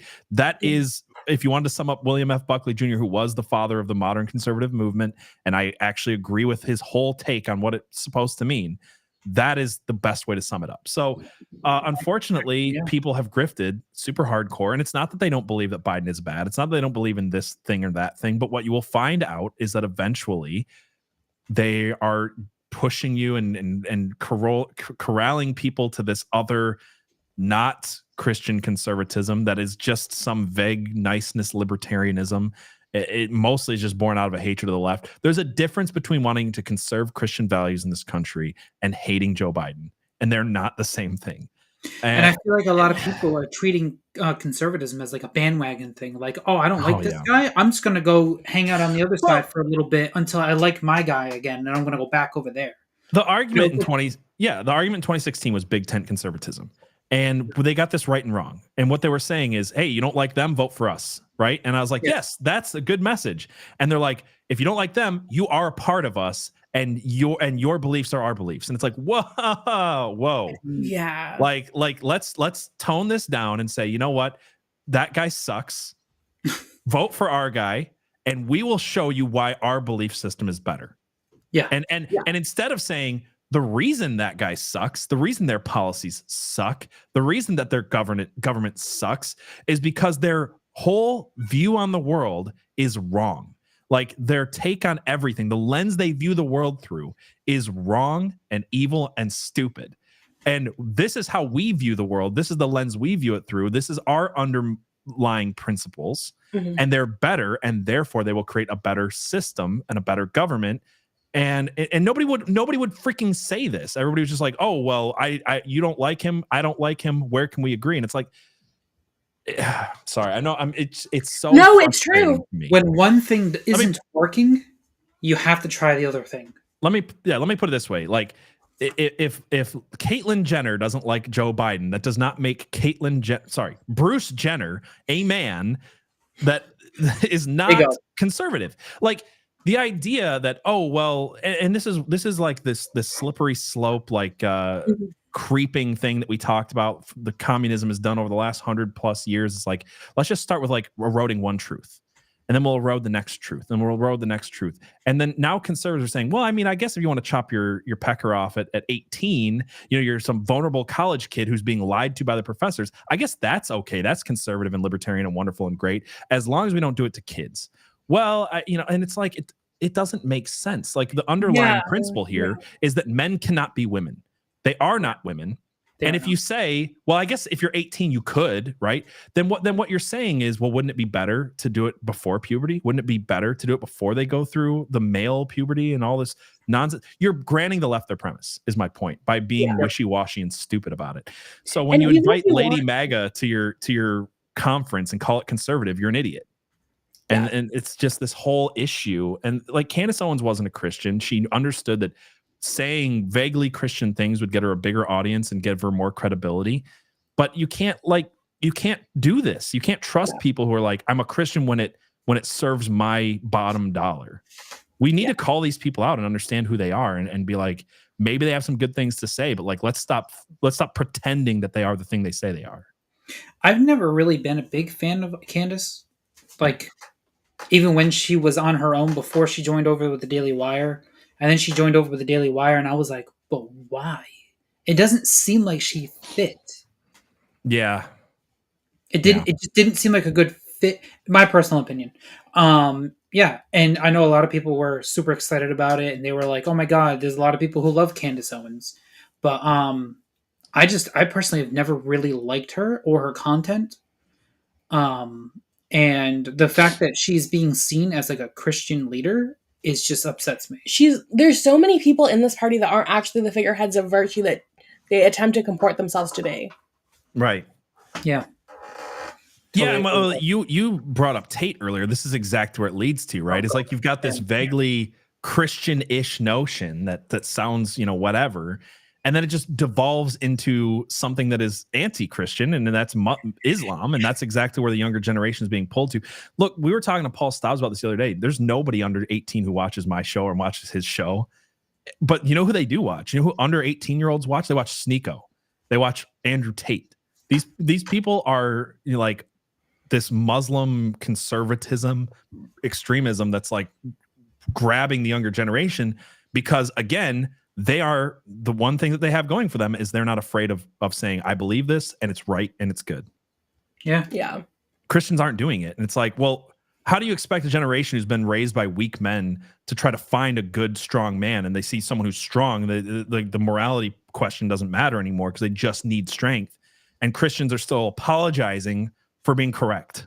It's insane. Yeah. I mean, I've been trying to be a little bit more open about things too, personally, being new with Christianity. And at the end of almost every single one of my appointments, pretty much I tell them, oh, God bless, and I leave. So that's usually like one thing that I say to them before I leave.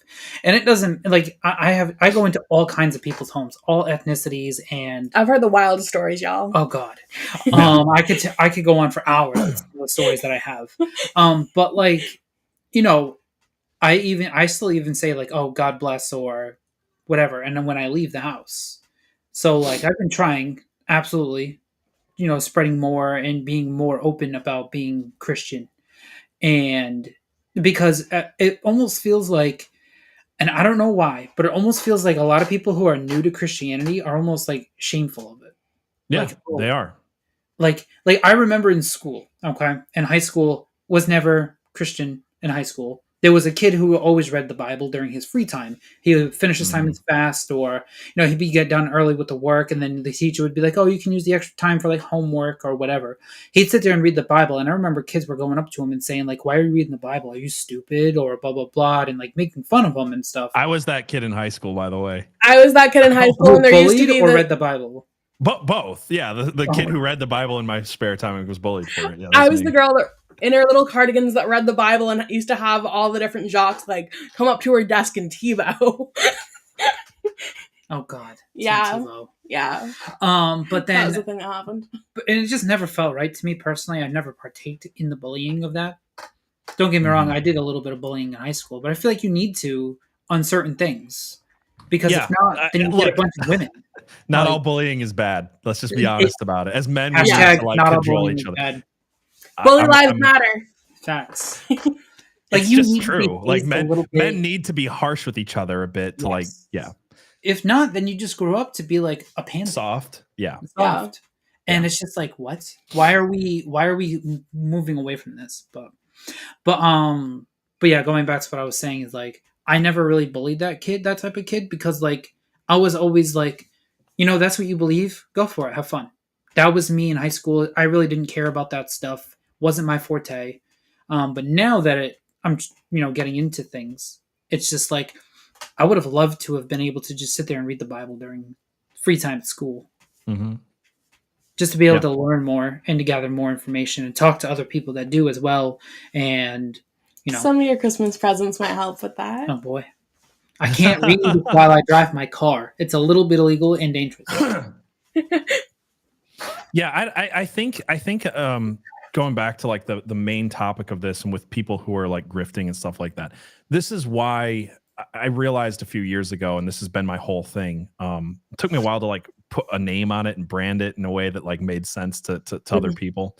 Which again, I'm not trying to say like, oh, you have to have branding and stuff like that, but you do when you're trying to sell a show. You're trying to like make sense of the world and what your role is in speaking into this world.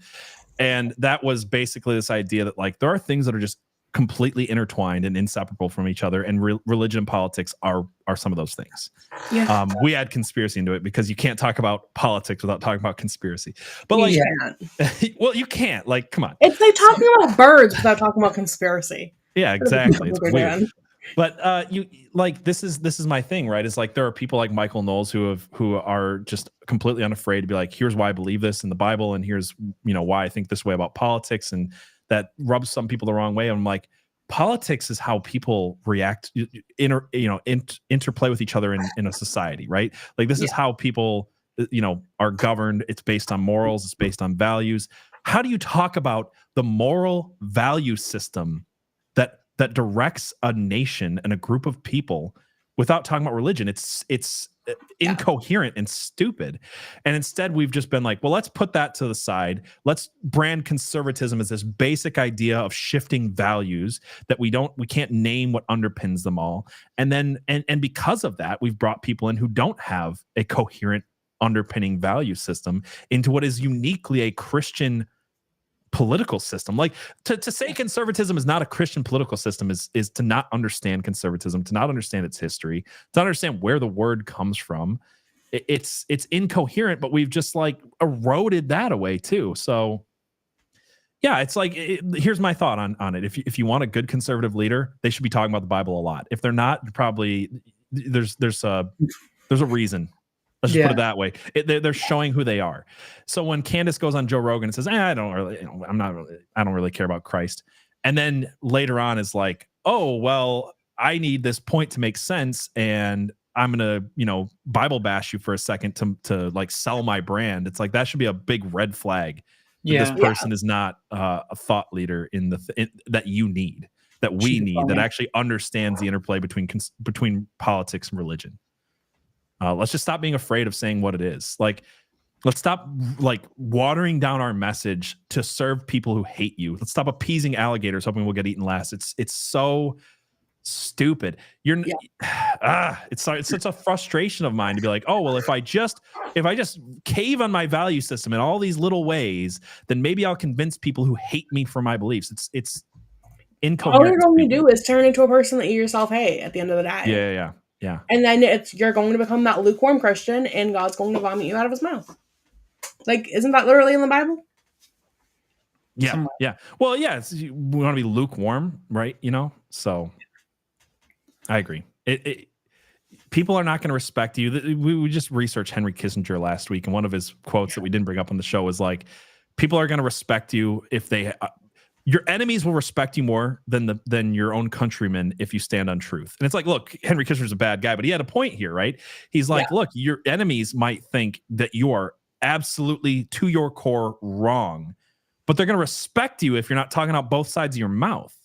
Yeah. Nobody's going to respect you if you're like, well, I guess maybe kind of, well, I mean, I kind of believe this, but I don't want to say it because I don't want to offend you. And I don't know. Kind of, sort of, not really. Who respects that? Like, you think that you're going to convince people, hey, my belief system and my religion is the one true correct way? Well, I don't know, maybe. I don't know. Like, who's like looking at you going, yeah, that guy who like doesn't even believe in what he believes in enough to stand firmly on it. That's the religion that I want to follow. That's the value system that I want to follow. It's retarded. It really is. It's like the literal definition of retarded. Hard R. Yeah. Yes, definitely hard R. Yeah.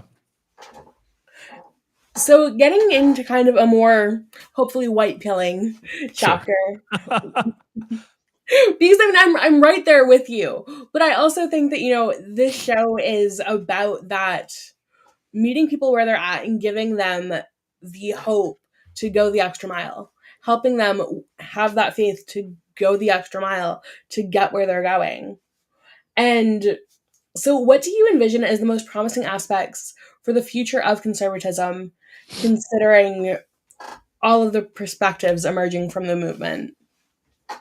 Honestly, I just think it's the fact that people are showing themselves for who they serve, right? Like this goes both ways, and this is actually really fascinating. If you want to talk about a white pill for a second, the demonic left is showing you who they serve. They put a Baphomet statue in the Iowa, courthouse this week, right?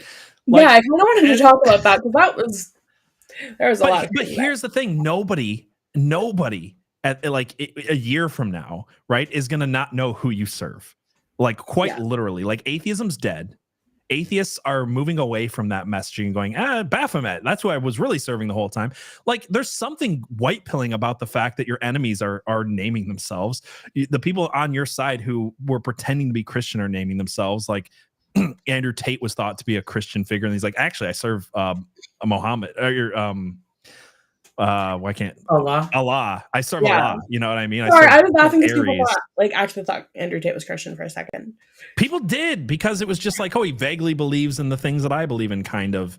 If you take out the gross prostitution stuff that he did, and the grooming, and the if I can just turn a blind eye to all of the rampant sin that this guy was promulgating to children. Yeah. Gosh, I can't understand people that like Andrew Tate. I'll have to put that to the side. But like, my point is, there's something good about the fact that we have collectively understood. People are starting to anyway understand that, like, actually who you serve matters, and we're all going to be branded with like who we serve. Like, this almost makes you think of Revelation, where it's like at some point people are going to be marked with the mark of the beast. They're going to be marked with the mark of Christ, and there's going to be no hiding what people believe anymore. Like, it's just going to be like on your forehead. It's going to be in front of everybody. There's something actually really good about this. There's something good about people saying, you know what, maybe this vague, Christian-ish, like atheistic to its core libertarianism is actually stupid and wrong. So like the actual polarization happening right now, as bad as that seems to most people, it actually can be. It actually can be good, because people are like, oh, I have to pick a camp. I have to pick who I serve. I have to show who I serve. I can't just have this like wishy-washy in the middle. Nobody really understands who believes what thing anymore. Yeah. So you're going to start to see them by their fruits. Let me put it this way. Why can't I think of his name? Actual ginger, long hair. JP. Oh, JP Sears. JP Sears. Yep. He said that he came to Christ and is open about his faith now because it's never been more clear who serves what.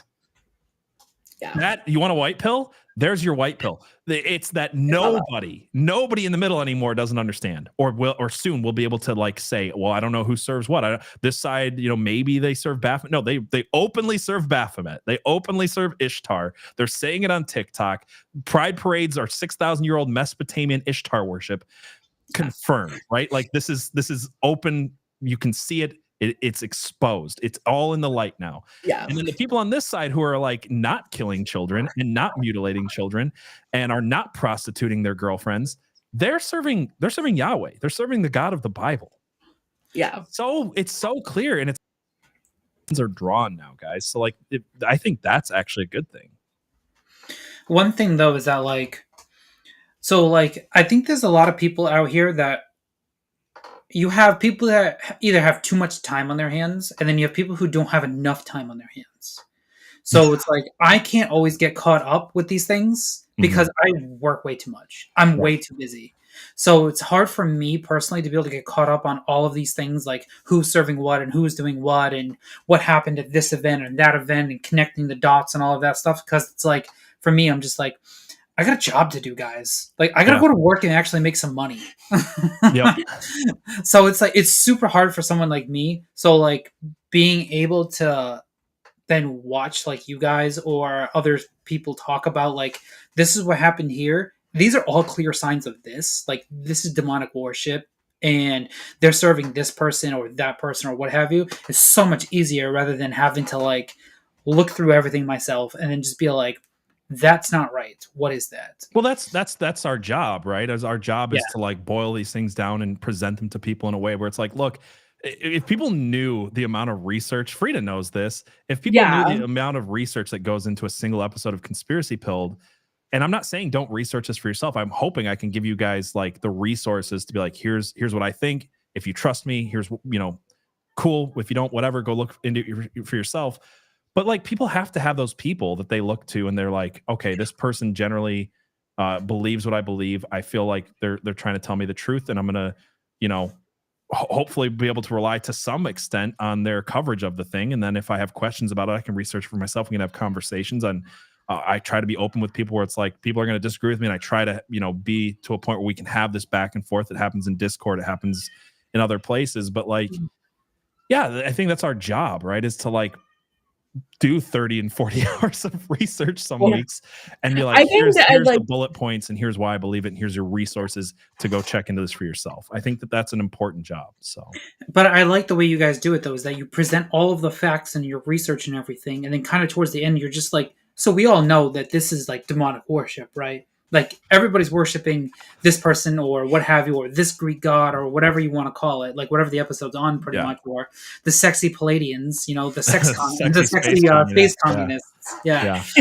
Or whatever it happens to be at the time. And that's what I really like though, is that like you guys put all the research together, you put a timeline together, and then I'm just like, that's demonic. And then you guys are just like, so this is demonic worship. And we're like, oh, yeah. Well, that's the thing is like, hopefully if we present it well enough, we don't even have to say the thing, but we will say the thing. But it's like, there's people who have an agenda and they'll hide things to make their point. And I just want to lay it all out. And then, because I'm not afraid that I'm wrong. And if I am wrong, I want to be corrected, right? Yeah. And this is what I keep being shown over and over and over again, is if I trust in Christ, if I make that my focal point, if I make that my center, I'm not afraid to do the research, because the research is just going to keep pointing me back to Christ. So some people will be like, oh man, that looks bad for what I believe, what I want to present or believe or whatever. And I'm just like, let's lay it on the table. And when the agenda is exposed, we'll see who's serving who and what's going on. And it's just going to keep pointing us back to Christ. And I'm not afraid of that, because I have the truth and I keep being shown the truth again and again and again. Yeah. Sometimes like shining a light in the dark places, you're like, oh, that thing is super demonic. It just becomes apparent when you shine a light on it. But that's a biblical principle, right? Is like you shine a light in the dark places and the agendas are exposed, and it just keeps pointing us back to that God is good. Yeah, exactly. I mean, you can even see like music videos and award shows. And they're not even hiding it anymore. Right. Yeah. They're not hiding that they're worshiping demons and the devil or whatever. Yeah. And it's just like, it's just so bad. See, the paradigm has changed for us. It's not like it was back in the 90s, even, where it's like, here's the secret occult symbol in the movie and the music video. And if you know the history and I have to convince you. And now it's just like this Beatles track on vinyl, but backwards and upside down. Yeah. Now you just have to convince people that it's bad. Like that's minute and you have to go to the video at this minute and second marker. You have to zoom all the way in, and if you look into those pixels, it's right there. It's not that anymore. No, it's not. And instead, it's like the comments are like, "Yes, she's serving Baphomet, but is that so bad?" And it's like, that's where the battle lines are right now. Yeah. It's like, yes, it's evil. Like these people kill children. But now you're talking to people who are like, yeah, well, sacrificing your children on an altar, maybe that's not like people are literally doing and calling abortion child sacrifice to Baphomet.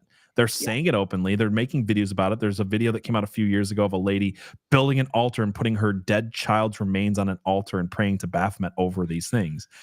They're not freaking hiding it. Yeah. It's like, and what's insane to me is like, there are people who are just so lost that they'll look at this, they'll see the agenda exposed, and they're just brainwashed. And they're just like, yeah, no, I mean, I guess, hail Baphomet, and it's just like, oh God. This is why you can't get hung up. This is my advice for Christians. You're not going to save everybody. You're not called to. And you can't get hung up on it. I feel like Ezekiel was a good example of this. And I feel like, because Ezekiel's job was go say the truth and then move on. Mm-hmm. Don't spend time, arguing with these people. In the Great Commission, it says, if they reject you, shake the dust off your sandals, move on. And a lot of Christians get hung up on, I need to convince this person. It's my whole thing. It's like, how many people did you not convince by getting hung up on this person who is so who's intentionally hardened their heart so much that they're Pharaoh, right? Like, they have made the decision time and time and time again to harden their heart to God. Expose them, speak truth to them. And I'm sorry, but like, maybe you use your discernment. Your job is not to reach every single person. It's never going to happen. You're going to drive yourself nuts as a Christian. You're going to end up walking away from the faith by believing that this, like, the most vile, hard-hearted people are going to be changed if you're just good enough. It's just not true. And it's a hard pill to swallow for many people, but use your discernment, pray about it, pray for these people. But like, at some point you have to move on and be like, I can't reach that person. And that's a humbling moment for a lot of Christians to realize you're not, like, some people you're not going to reach, and that's not your calling. And what the best you can do at that point is make an example of them. This is going back to the niceness, kindness thing. Mm-hmm. Sometimes your job is actually to call these people out for being violent, evil, and wrong, and make them look stupid and bad. Yeah. That sounds unchristian in our modern concept. Sometimes your job is to humiliate and expose evil people. Like how all of the plagues were literally like all of the Egyptian gods. Yeah. Right. Yeah, exactly. Yeah. Moses wasn't like, well, if I can only change these sorcerers to serve my God. And instead he's like, I'm going to humiliate you in front of a nation. Yeah. I'm going to make you look bad. Sometimes that's our job. Mm-hmm. And it's uncomfortable for people, but sometimes you got to kind of be an a-hole in the sense of like what people think that means anymore. And it's like, if that's what people are going to call you, so be it. But sometimes your job is actually to just expose and laugh at and mock and ridicule evil. Yeah. I like that. Yeah. I do. This is why people say I'm a jerk, though, but it's like, it's true, is it not? Like, no, I've seen so many people walk away from the faith because they hung up on like, if only I could save this one person. It's like, humble yourself and realize you can't. Well, take that and put it into a different perspective of like online. Okay, you make a post on Twitter, you're going to get people that are going to engage with your post that are going to agree. They may disagree, but have some kind of conversation back and forth that you guys can talk about. Mm-hmm. Then you're going to have the trolls in there that are just going to be like, well, I don't like your blue shirt that you wore yesterday. And it's just like, oh, okay, well, just get out of here. You're a troll. Or you're a Western woman and women are bad. I've seen people take those trolls and do 100 comments back and forth, and it goes nowhere. And what I think is like, have the discernment to recognize when you actually need to retweet that and expose them for being stupid and move on. Yeah. Like, that's not always the wrong answer. Sometimes, yes, you are supposed to engage with people and be like, look, this person disagrees with me. I'm going to have a back and forth and maybe change their mind, and maybe I won't. Maybe that will encourage somebody else. Sometimes your job, and this is all the discernment thing, I'm not telling you when, that's a discernment between you and God, but sometimes your job is just to retweet it and laugh at them and say like, this is an evil person. Yeah. Like there's a Twitter page I follow. Their whole thing is to repost these pro-abortionist Satanist people and just like make fun of them. Nice. Because they should be ridiculed. These people who are like actually like making child sacrifice their entire like moral good, those people are evil and vile, and they've hardened their hearts to a degree that you're probably just not going to reach them. And the best you can do is show other people that these people are bad and vile and evil. Like, oh, you want to shout your abortion? Okay, we're listening. Yeah, like the shout your abortion people. These are vile, evil people with hard hearts. And maybe someone's job is to reach them. It's not mine. And it's probably not yours, to be honest. Most of these people they've decided, they have chosen repeatedly to harden their hearts to God. Some of the hardest things you can do is change someone's opinion. You're not called to change everybody's opinion, though. That's right. that's There's my some point. you can, and there's some you not. can, but You got to move on. Yeah. You can't just keep harping on that and just get stuck to that. Yep. I'm sorry if I'm ranting too much, Frida. I know you got questions. I'll shut up. No, it's all good. We've just been like going through them way more organically and naturally that I like wanted to make sure. We probably have answered a couple of the ones Yeah. too, so it's not like we just like completely avoided all questions. Yeah. Yeah, they're just guidelines anyways. But It's like the pirate code. They're just guidelines. Olé. Yeah. So what gives you hope or optimism about the future of conservatism and its potential positive impact on our society? Ooh, that's a good question. I personally don't know if it's just that like I've been getting more on that side of Twitter or not, but I feel like I'm seeing more and more of it online ever since pretty much Elon bought it out. I've been seeing more and more conservatism and more people that are just speaking out and calling out the evils of the world and like the leftists or whatever, and I don't, like I said, I don't know if it's just that I've gotten on more that side of Twitter of things, but I've been seeing it more personally on like social media. I tend to be on that side of things. Yeah. If I had to say what gives me hope, it's the fact that me and Abby have done everything wrong and it's working. And when I say that, I mean, like, you're supposed to hide your beliefs in this way. And you're supposed to talk about things in this way. You're supposed to agree with these people on this things if you're in this community and that community. And I feel like we've just decided to not do any of those things, like very intentionally, to like not be like, well, maybe you believe this, maybe you believe that. It's like, no, this is what we believe. Here's why. And I think you should too. And I feel like there's a lot of those things where I've just seen that there is an actual hunger for biblical truth. There's an actual hunger for moral righteousness. There's an actual hunger in people for God. There's a God-shaped hole that people are trying to fill. And the world is dark and evil. And again, just going back to what I was saying earlier, there are people who have been sitting on the fence in the middle, and now they're looking, going like, wow, that side is really vile. That side is really awful. Sometimes just opening people's eyes to it can really make a huge impact on things. And I think that we are part of and I don't want to sound kooky about this, but like I think we are in an awakening stage in our society where people are waking up and they're picking sides. You can't not see it at the right. And instead of like forever, I felt like people were just riding the fence. They were just like, I'm gonna just kind of. Well, we grew up in doing what I want to do. We grew up in the generation of don't talk politics and religion at dinner. Yes. And again, that was never in my family, so like I didn't have that problem. I grew up with that. I grew up with we didn't talk about politics because Jehovah's Witnesses are no part of this world, and therefore we don't vote for any candidates. Kind of.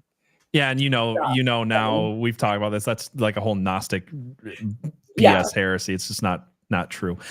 Well, that's what cults do, Yeah. Yeah, but like, that's why I'm kind of coming into this with where like you guys are like much more well versed in certain things. I mean, just in general, but also because I didn't have that 20 something years to get versed in it. I mean, I've been following politics since pretty much Obama's second term, and I was just like, how did he get reelected? Well, when counties vote for you with more people than more votes than people, like, this doesn't make any sense. I kind of got to start paying attention, and I started paying more attention. I do want to say something about that though. Like, as much as I think elections are like rigged and stuff like that, I think that this is also the problem that conservatives have had, where they're like, we're the silent majority. And I'm like, no, you're not. It's not true. Like, can we just be honest for a second and be like, you're not the silent majority. Actual conservatives are the minority. They just are. And again, like, this is why people want the big tent thing. And it's like, no, you can convince people to vote for your candidate, right? Like, politics are important. I agree. But like, stop watering down your message to like have the bigger tent. Show people that your view on the world is correct and good and right for the reasons that it is, instead of like watering it down. But like, also understand that like actual conservative Christians who are not just like, well, abortion's good if it wins me elections.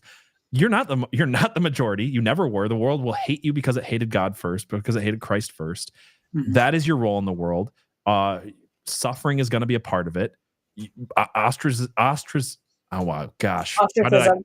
I got you, friend. Ostracization. I can't even say it. We know what you're meaning. Yeah, it's Words part of hard. guys. I need to sleep. It's going to be a thing, is my point. Like, people are going to cast you out. They're going to separate you out. As we go into the end, there's going to be a winnowing. I think that's the other thing that people have to realize is, like, there is going to be a winnowing of people who vaguely agree with you, who are going to fall off. They're going to go follow people like Sneeko. They're going to go follow people like Andrew Tate. They're going to choose the strong Islam man over the actual suffering for truth, because they can get, women and money and things like that. And they'll be deceived and tempted into those things.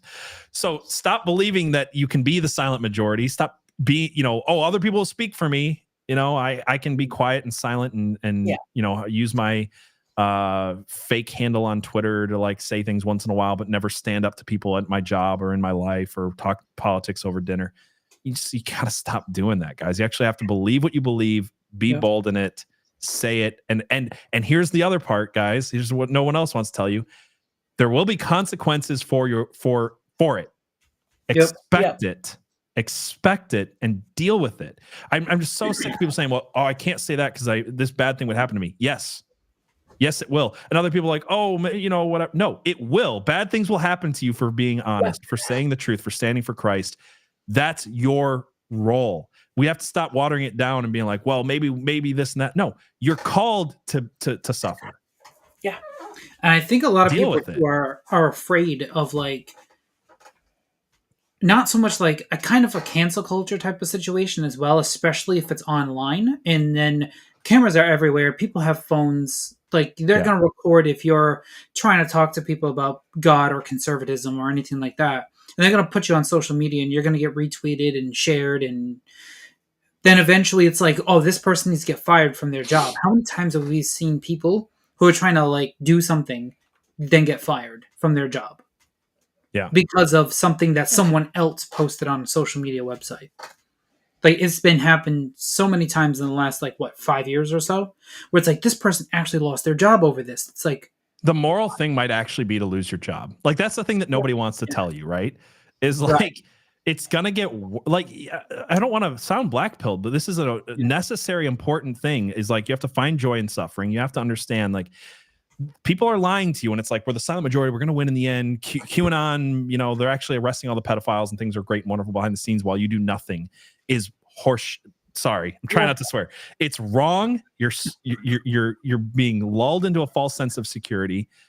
And I'm not saying to despair over it. I'm saying be joyous in your suffering. Understand that it is coming and that it's worth it, and that there are rewards in heaven for you who suffer for Christ's name, and to just learn to actually be joyous in that. I think that's the thing that nobody wants to say, is like, they want to give you a false hope in this world, and the hope doesn't lie in this world. It lies in the next.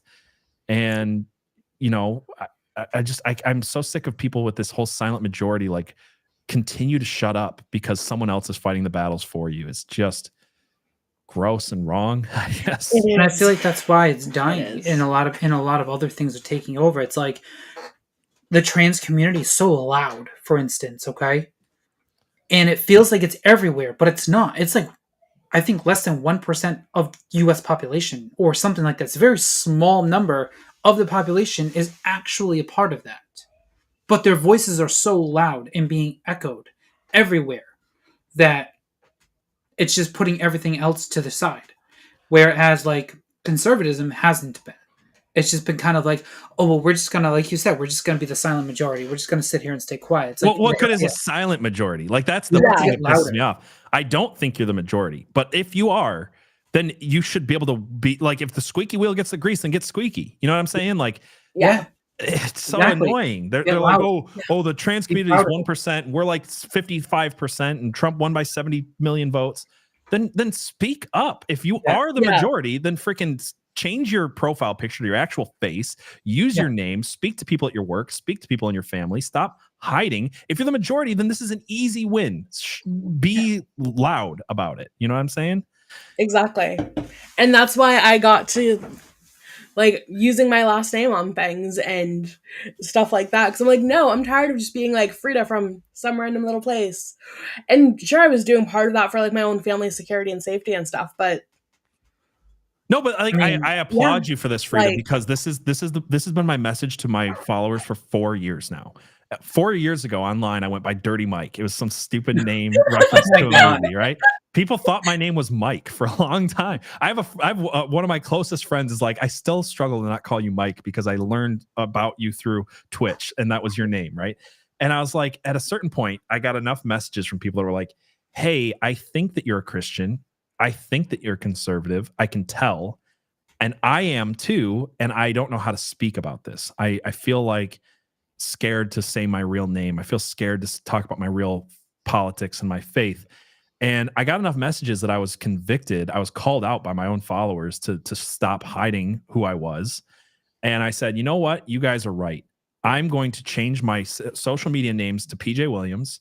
I'm going to speak very openly about my faith. I'm going to speak very openly about my politics, and I'm not going to be ashamed of it anymore.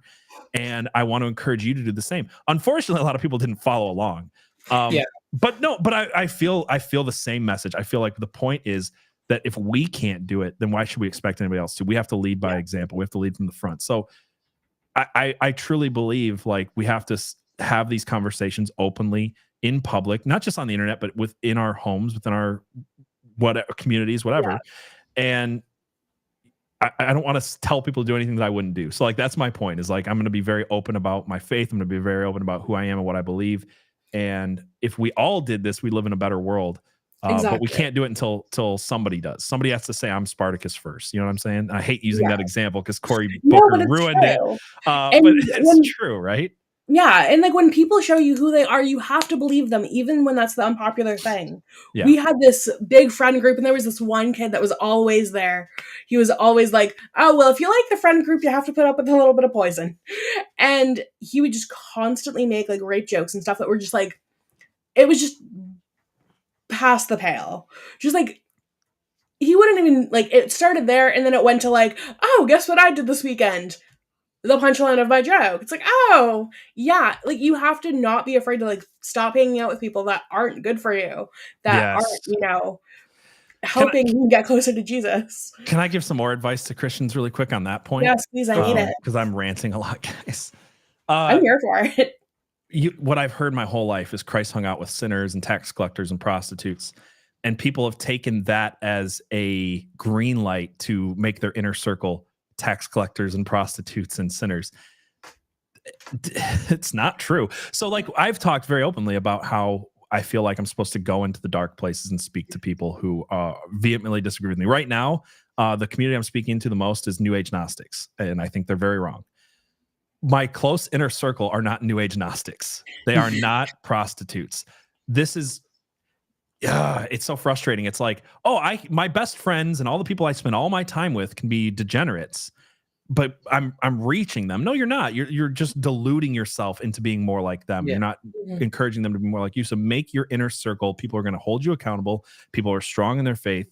I'm not saying don't hang out with the other people and reach them, but if your inner circle of those people, you're failing. You will never reach those people. You will just delude yourself to be more like them. So that's a distinction that, like, let me put it this way. Jesus hung out with 12 disciples. Those 12 disciples were like people who wanted the same goals as Christ, and he brought them along, right? Like he was the leader of it. I'm not saying he wasn't better than his disciples and they were equal. What I'm saying is his inner circle were not the prostitutes and the tax collectors and things like that. There were people who were moving towards God, right? Like they were exactly. He went to the prostitutes and the tax collectors with the 12 disciples around him to try and talk to them about him. Yes. Just because you meet people where you're at doesn't mean you get the green light to become where they're at. That's my point, right? It's like you actually should have people around you who are better than you.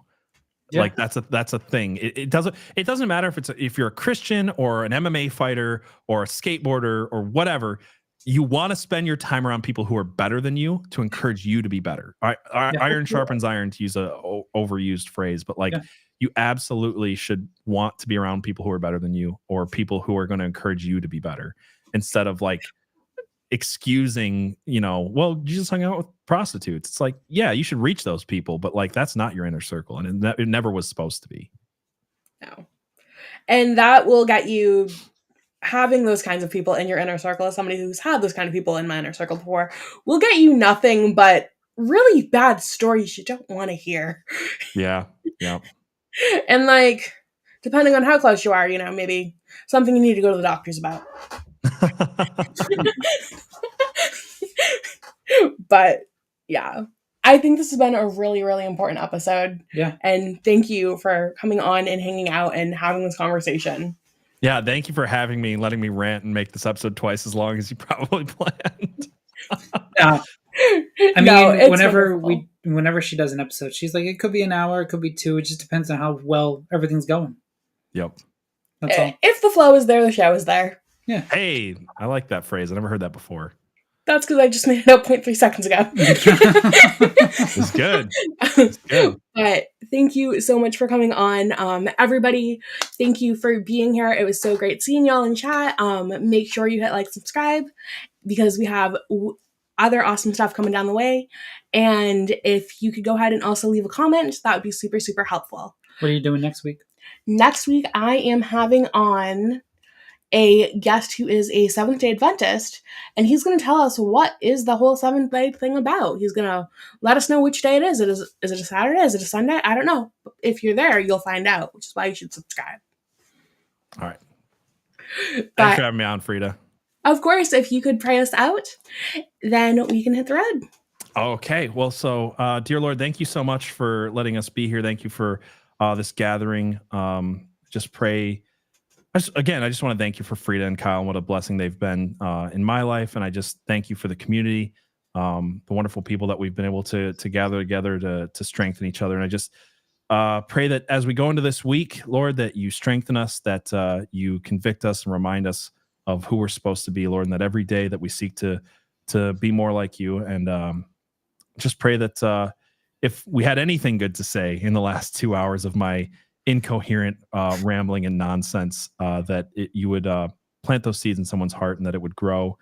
And again, that we could just be vessels for you and for your word. And we just thank you and praise you, Lord, in Jesus' name. Amen. Amen. I hope everybody has a wonderful, wonderful evening. Stay based and stay blessed. See you guys.